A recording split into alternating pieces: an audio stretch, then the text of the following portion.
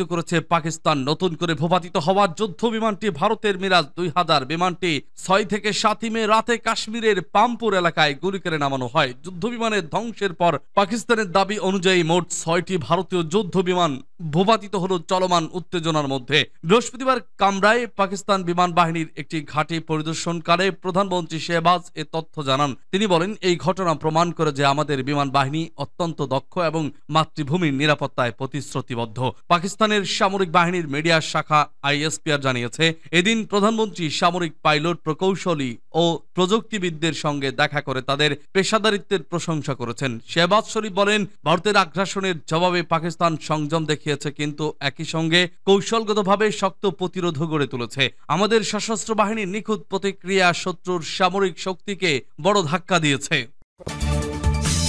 পরাজিত এক নেতার অসহায় প্রকাশ ছিল ওই ভাষণে মোদীকে খাজা আসিফ। পাকিস্তানের প্রতিরক্ষামন্ত্রী খাজা আসিফ বলেছেন, ভারতের সঙ্গে সাম্প্রতিক ঘন স্থায়ী উত্তেজনার মধ্যে পাকিস্তান প্রতিটি ফ্রন্টে সাফল্য অর্জন করেছে। সোমবার জিও নিউজের আজ শাহজেব খানজাদা কে সাথ অনুষ্ঠানে তিনি বলেন, সন্ত্রাসবাদের সবচেয়ে বড় ভুক্তভোগী দেশ পাকিস্তান, অথচ ভারত বরাবরই নিষ্ক্রিয় সংগঠনগুলোকে উস্কে দিয়ে পাকিস্তানের শান্তি বিনষ্টের চেষ্টা চালিয়ে যাচ্ছে। ভারতের প্রধানমন্ত্রী নরেন্দ্র মোদীর সম্প্রচারিত ভাষণ প্রসঙ্গে প্রতিক্রিয়া জানিয়ে খাজা আসিফ বলেন, পরাজিত এক নেতার অসহায় প্রকাশ ছিল ওই ভাষণে। তিনি জানান, মোদী নিজেই স্বীকার করেছেন কাশ্মীর ও সন্ত্রাসবাদের মতো গুরুত্বপূর্ণ বিষয়গুলো আলোচনার জন্য এখন উন্মুক্ত, যা এই টানাপোড়েনের মধ্যেও এক ধরনের আশার আলো হিসেবে দেখছেন তিনি।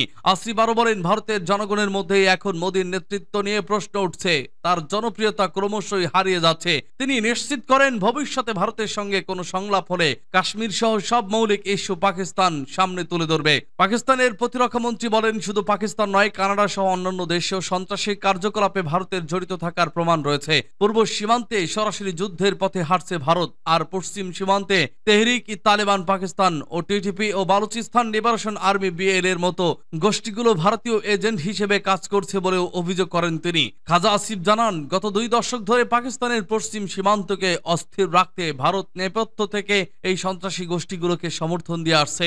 এমনকি আগে যেখানে পশ্চিম সীমান্তে সেনাবাহিনী মোতায়েন প্রয়োজন পড়তো না, সেখানে এখন তা বাধ্যতামূলক হয়ে পড়েছে ভারতের হস্তক্ষেপের কারণে। তিনি আর বলেন, 10 মে থেকে শুরু হওয়া প্রতিক্রিয়ার অংশ হিসেবে পাকিস্তান এখন উচ্চ মূল্যবান ভারতীয় লক্ষ্যবস্তুতে হামলার সিদ্ধান্ত নিয়েছে। এই সংকটের গভীরতা উপলব্ধি করে ভারত এরই মধ্যে 5টি দেশের সঙ্গে মধ্যস্থতার অনুরোধ